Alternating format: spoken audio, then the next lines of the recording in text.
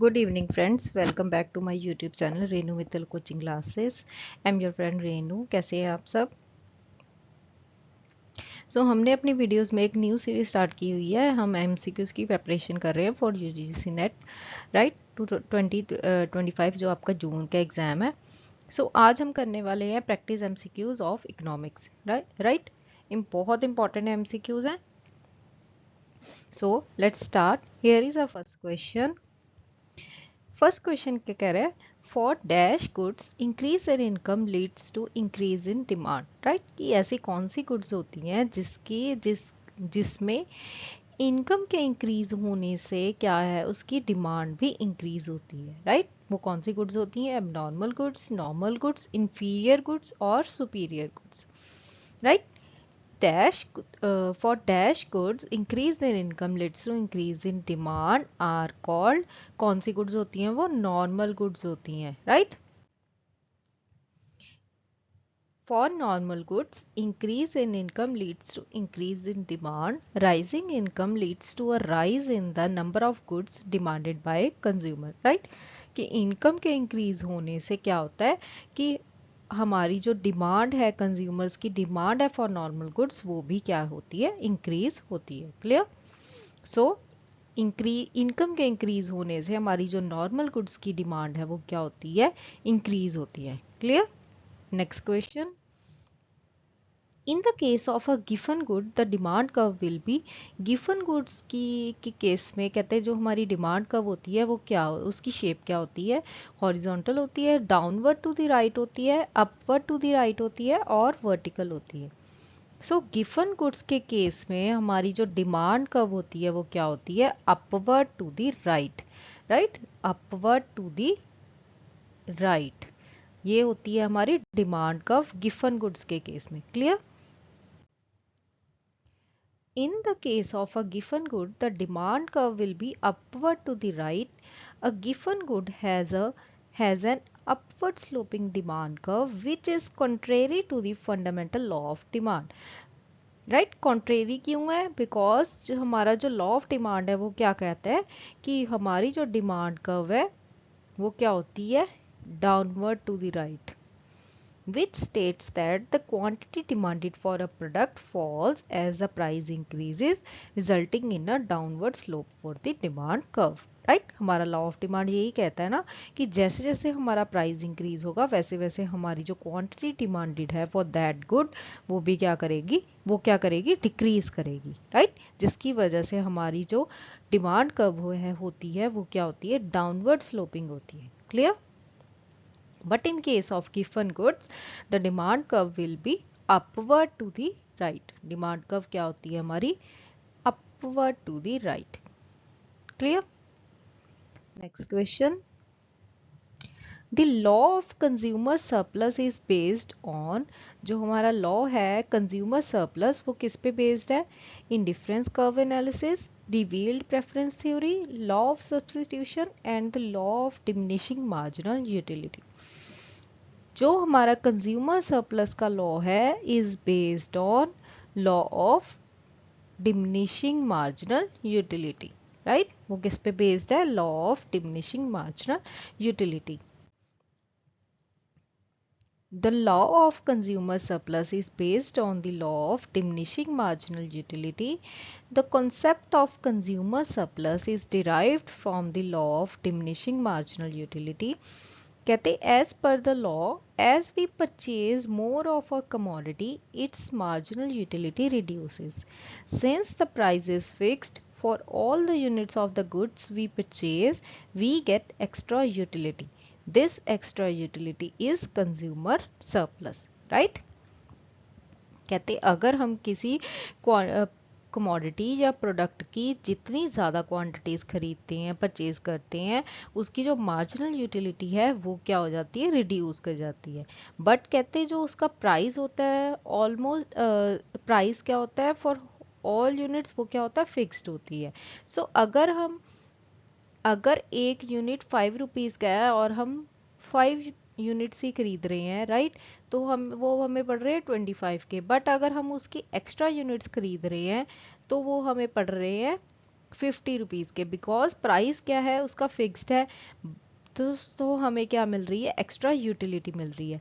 This extra utility को हम क्या बोलते हैं, consumer surplus, right. Next question, an isoquant slope, जो आइसोक्वांट स्लोप होती है वो हमारी डाउनवर्ड टू द लेफ्ट होती है, डाउनवर्ड टू द राइट होती है, अपवर्ड टू द राइट होती है and upward to the left होती है। जो हमारी आइसोक्वांट स्लोप है वो क्या होती है, हमारी downward to the right, like demand curve. Isoquant slope भी क्या होती है हमारी, downward to the right, right. And isoquant slopes downwards to the right. This implies that the isoquant is a negatively sloped curve. This is because when the quantity of factor k yani capital is increased, the quantity of labor must be reduced so as to keep the same level of output, right? कि अगर हम एक, for example हम हमारे पास apples भी हैं और oranges भी हैं, अगर हम 3 एप्पल्स ले रहे हैं एंड 2 ऑरेंजेस ले रहे हैं, हमें मिल रही है 10 यूटिल्स ऑफ यूटिलिटी, राइट। अगर हमें सेम सेटिस्फेक्शन लेवल पे रहना है, राइट, कि हम चाहते हैं कि हमें 10 यूटिल्स ही यूटिलिटी रिसीव हो, एंड अगर हम सोच रहे हैं कि हम अपने एप्पल की क्वांटिटी को इंक्रीज करेंगे, then we have to remain, and then if we have to remain on the same utility level, we will have to reduce our quantity of oranges. So हमें उतनी ही क्वांटिटी, और जितनी quantity हम apples की increase करेंगे, same level of quantity हमें अपने oranges की क्या करनी पड़ेगी, रिड्यूस करनी पड़ेगी, so as to remain on the same output level, right. Next question, ये है फिगर, अगर हम लोग 5 यूनिट्स ऑफ लेबर यूज कर रहे हैं तो हमें मिल रही है, तो हम लोग स्पेंड कर रहे हैं 9 यूनिट्स ऑफ कैपिटल। बट अगर हम अपनी लेबर की क्वांटिटी को इंक्रीज करते हैं तो हमें सेम आउटपुट लेवल ही चाहिए, देन हमें क्या करना पड़ेगा, अपने कैपिटल की यूनिट्स को क्या करना पड़ेगा, रिड्यूस करना पड़ेगा, राइट। जैसे जैसे हम अपने लेबर की क्वांटिटी को इंक्रीज कर रहे हैं, we have to lose some units of capital, right. Next question, demand for final consumption arises in, की फाइनल कंजम्पशन की डिमांड कब अराइज होती है, in household sector only, government sector only, both household and government sector, and neither household nor government sector. So अगर हम final consumption की demand की बात करें तो वो कब कहाँ पे अराइज होती है, in both household and government sector, right. Demand for final consumption arises in both households and government sector. In the basic two-sector circular flow of income model, the economy consists of two sectors, household and two second firms. राइट, कि जो हमारा two sector circular flow of income model है, वहाँ पे economy में दो sector consist करते हैं, हाउस होल्ड सेक्टर एंड दूसरा फर्म सेक्टर, राइट। मेरी इकोनॉमिक्स में एक प्लेलिस्ट बनी हुई है, तो आप लोग जिसने भी ये वाला मॉडल वगैरह पूरे डिटेल में समझना है, तो मैं उसका इस वीडियो में उस प्लेलिस्ट का लिंक डाल दूंगी डिस्क्रिप्शन में, तो आप लोग वहाँ जाके इस थियोरी को पूरा डिटेल में स्टडी कर सकते हैं, right. Next question, when as a result of decrease in price of good the total expenditure made on it decreases, we say that price elasticity of demand is, right। कहते अगर price of good के कम होने से जो हमारा total expenditure है वो भी कम होता है, देन हम कहेंगे, we say that price elasticity of demand is less than unity 0 and greater than unity, right। when as a result of decrease in price of the good हमारे टोटल एक्सपेंडिचर भी decrease कर रहा है, तब हम कहेंगे जो हमारी प्राइस इलास्टिसिटी ऑफ डिमांड है वो क्या है, is less than unity. Clear. when as a result of decrease in price of the good the total expenditure made on it decreases, we said that price elasticity of demand is less than unity, right? कि दोनों के decrease होने से जब हमारा price decrease हो रहा है वैसे ही हमारा एक्सपेंडिचर भी डिक्रीज हो रहा है, देन हमारी प्राइस इलास्टिसिटी ऑफ डिमांड उस केस में क्या होगी, लेस देन यूनिटी। क्लियर?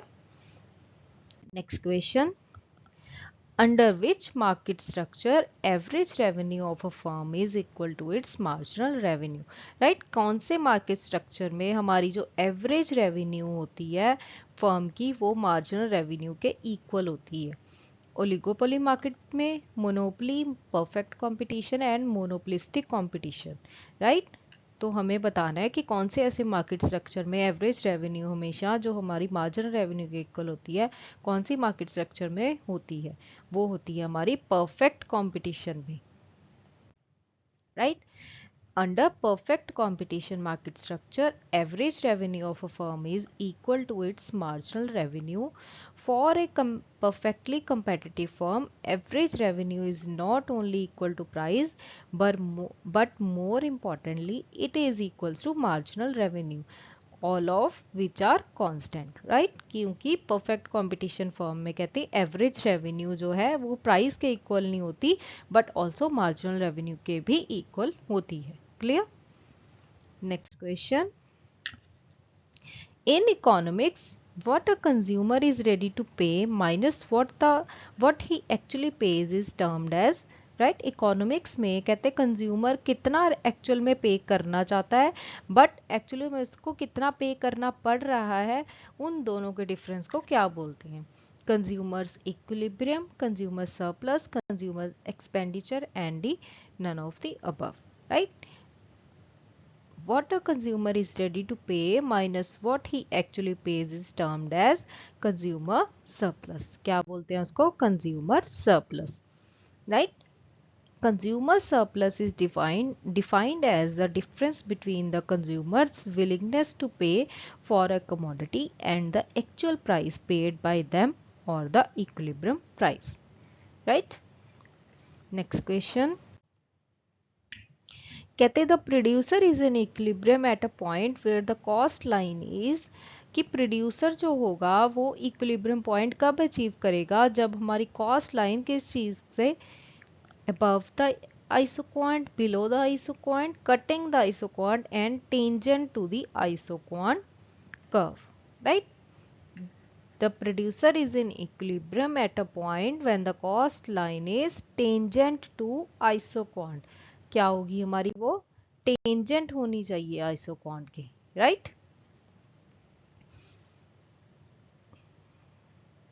अगर ये हमारी इक्विलिब्रियम लेवल है तो जो हमारी आइसोक्वांट कर्व है वो क्या होनी चाहिए? टेंजेंट होनी चाहिए, right?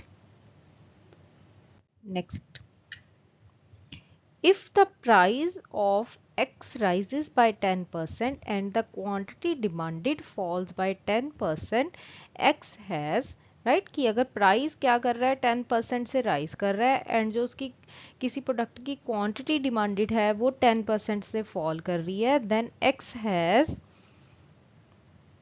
inelastic demand, unitary elastic demand, zero elastic demand and elastic demand, right? तो उस केस में अगर दोनों में सेम इक्वल परसेंटेज चेंजेस आ रही है देन उसको क्या बोलेंगे हम?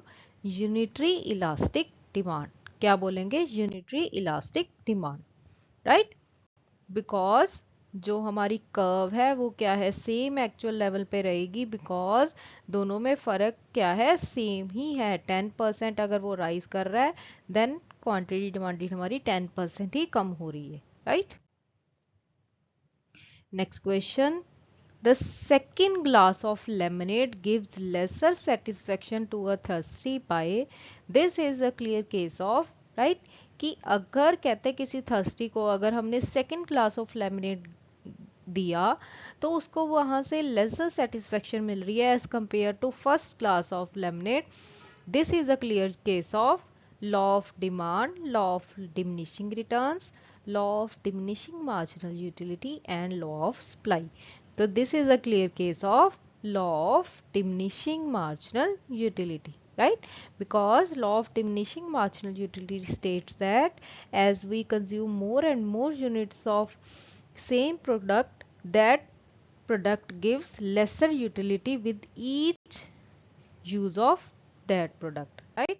कि जैसे जैसे हम उस प्रोडक्ट को कॉन्टिन्यूसली यूज करते जाएंगे, कंज्यूम करते जाएंगे, उससे जो मिलने वाली यूटिलिटी होगी वो क्या होगी? Reduces at every stage. The law of diminishing marginal utility describes a familiar and fundamental tendency of human behavior, right? Next question. The kinked demand curve model of oligopoly assumes that जो हमारी kinked demand curve oligopoly है, model of oligopoly है, वो क्या assume करता है? Response to a price increase is less than the response to a price decrease, right? Response to a price increase is more than the response to a price decrease. Elasticity of demand is constant regardless of whether price increases or decreases. Elasticity of demand is perfectly elastic if price increases and perfectly inelastic if price decreases, right? हमने बताना है जो हमारा किंग्ड demand curve model of लिगोपोली है वो क्या assume, किस assumption पे काम करता है? हमारा जो करेक्ट ऑप्शन होगा वो क्या होगा? Option A. Response to a price increase is less than the response to a price decrease, right?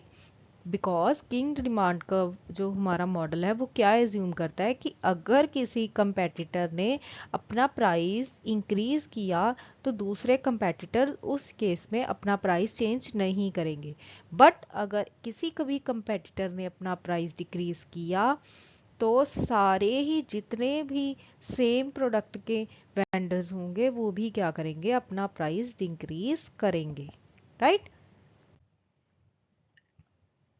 The kinked demand curve model of oligopoly assumes that response to a price increase is less than the response to a price decrease. In an oligopolistic market, the kinked demand curve hypothesis states that the firm faces a demand curve with a kink at the prevailing price level.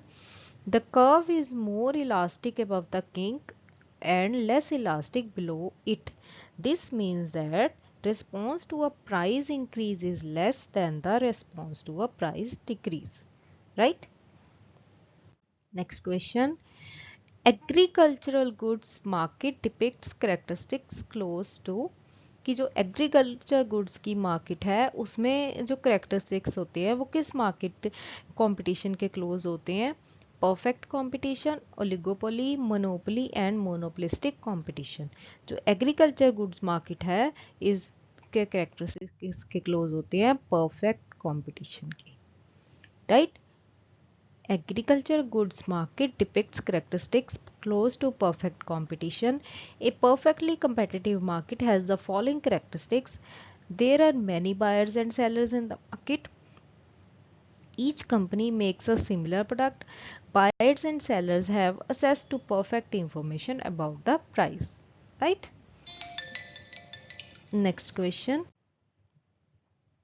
कहते हैं firm's average total cost of production is 300 at 5 units of output and 320 at 6 units of output. Then the marginal cost of producing the 6th unit is, right? कि अगर कहते 5 units produce करने में company की जो cost of production है वो 300 rupees है,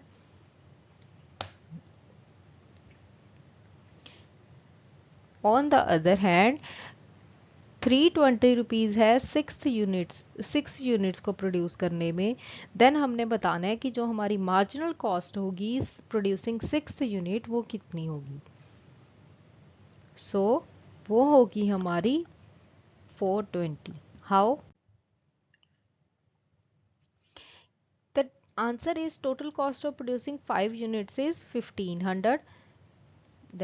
That is 300 into 15 and total cost of producing 6 units is 1920. Therefore, the marginal cost for producing the 6th unit is 1920 minus 1500 is equals to 420. This is a mathematical part that is used for calculation of economics. At the same time, this also talks about production and the average rate of per unit. Also, the marginal cost involved for the total production is also taken into account, right? Because अगर हम casually देखें तो हमें पता लग रहा है कि 20 रुपीज़ का डिफरेंस है, देन हम सीधा से आंसर कर देंगे 20 रुपीज़, बट नो, यहाँ पे उन्होंने बताया है कि जो average total cost of production है, एवरेज मीन्स हमने टोटल कॉस्ट ऑफ प्रोडक्शन निकालना है, ये एवरेज आ रही है 300 यानी कि एक यूनिट का, तो एवरेज टोटल कॉस्ट अगर 300 है तो टोटल कॉस्ट हमारी कितनी होगी 1500, राइट? सो इन बातों का ध्यान रखना है, clear? Next question. The various combination of goods that can be produced in any economy when it uses its available resources and technology efficiency are depicted by, right? कि अगर कहते हैं कॉम्बिनेशन ऑफ गुड्स प्रोड्यूस की जाती हैं किसी भी economy में by using its available resources and technology efficiency, then उसको क्या बोलते हैं? Demand curve, production curve, supply curve and production possibility curve. So अगर वहाँ पे हम लोग अवेलेबल रिसोर्सेज एंड टेक्नोलॉजीज को यूज़ कर रहे हैं, देन उसके कॉम्बिनेशन से हम लोग कोई भी गुड्स इकोनॉमी में प्रोड्यूस की जा रही हैं, देन वो हमारी होगी प्रोडक्शन पॉसिबिलिटी कर्व। क्या होगी हमारी? Production possibility curve. A production possibility frontier shows the maximum possible output combinations of two goods or services an economy can achieve when all the resources are fully and efficiently employed. Right? कहते जो production possibility frontier है वो क्या करता है? Show करता है maximum possible output combinations of two goods और services, right? Next question. Rational decision making requires that, एक रैशनल डिसीजन मेकिंग करने के लिए क्या चीज़ों की ज़रूरत होती है? One's choices be arrived at logically and without errors, one's choices be consistent with one goals, one's choices never vary, one make choices that do not involve trade offs. So अगर इनमें हमने परफेक्ट जो answer है वो choose करना है, then rational decision making requires that, तो हमारा क्या होना चाहिए कि हमारे जो गोल्स हैं और जो चॉइसेस हैं वो क्या होनी चाहिए? कंसिस्टेंट होनी चाहिए, right? Rational decision making requires that one's choices be consistent with one's goal. Rational choice theory, जिसको कि हम rational action theory या choice theory भी बोलते हैं, school of thought based on the assumption that individuals choose a course of action that is most in line with their personal preferences, right? Next question. If the demand for a good is inelastic, an increase in the price of the good will cause the total expenditure of the consumers of the good to, अगर हमारी जो demand है किसी good की inelastic है, inelastic का मतलब कि वो चेंज नहीं हो रही, चाहे उसका प्राइस डिक्रीज हो रहा है या इंक्रीज हो रहा है, अगर उसका प्राइस इंक्रीज होता है गुड का, तो हमारे टोटल एक्सपेंडिचर पे क्या इफेक्ट होगा? remains the same, increase, decrease and any of the above. अगर हमारा प्राइस क्या है गुड का? इंक्रीज हो रहा है, फॉर एग्जाम्पल हमारी डिमांड क्या है? पहले 100 यूनिट्स थी, जब उसका प्राइस क्या था? 50 रुपीज़। नाउ उसका प्राइस अब क्या हो गया? 80 रुपीज़। तभी भी हमारी 100 यूनिट्स ही अगर हम उसको कंज्यूम कर रहे हैं, पहले हम लोग 5000 रुपीज़ खर्चा कर रहे थे, अब हम लोग कर रहे हैं 8000 रुपीज़। सो हमारा एक्सपेंडिचर क्या कर रहा है? इंक्रीज कर रहा है। एक्सपेंडिचर क्या कर रहा है? हमारा इंक्रीज कर रहा है। सो हमारा करेक्ट ऑप्शन क्या हो जाएगा? Option B. If the demand for a good is inelastic, an increase in the price of the good will cause the total expenditure of the consumers of the good to increase, right? So our correct option is option B. Clear? Next question. So आज की video में इतने ही questions हैं। Thank you so much for watching my video. I hope you like the questions. Thank you so much. Please subscribe my channel Renu Mittal coaching classes. Thank you.